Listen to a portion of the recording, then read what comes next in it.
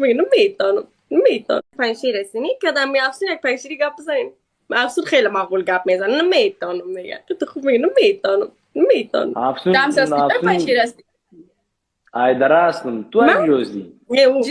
جدی از پنجشیر هستی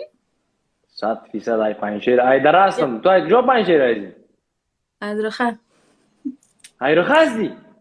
ای شفتال خور اینه وطندار برآمده این بقران اینه تو رو با قرآن تو از پنجشیر هستی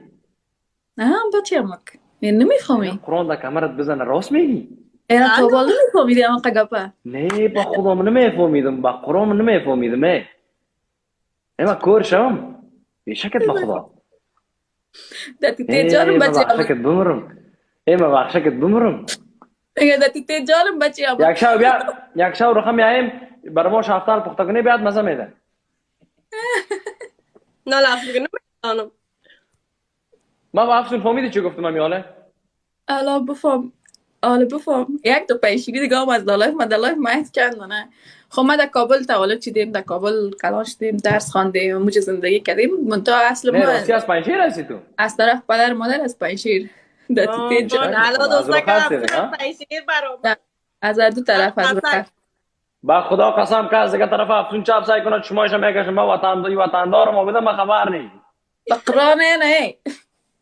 نجرابی صاحب خوش آمدی شیرم تشکر از گلک مقبولت بیا که پنجشیر برویم از طرف پدر مادر از طرف هفت پشت از پنجشیر هستم با خدا میفهمی افسون ما دفعه آخری که ما پنجشیر رفته بودم شب آخر اما آخرین دفعه شبی که من پنجشیر تیر کردم در رخه بود خب که یک رفیق ما بودیم یعنی مردم رخه بسیار خوب مردم هستن واقعا یعنی کلش هر کدامش که میشناخت بسیار زیاد انسانیت